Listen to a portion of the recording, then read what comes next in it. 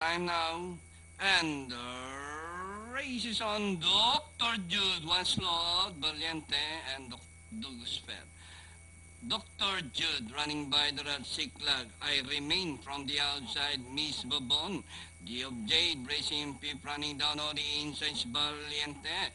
Dazzling Cat alongside is Honey Your Mine.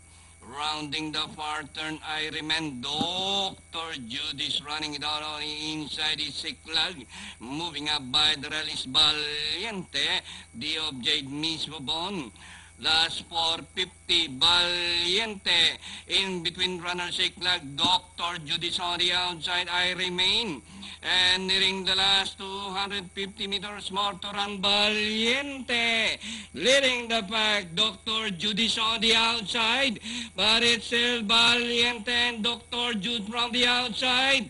And nearing the finish line, Valiente, Dr. Jude, Miss Bobon. And finally, Valiente, close second, Dr. Jude, Miss Bobon, close for 4 and 5 between Dazzling Cat, Siklag.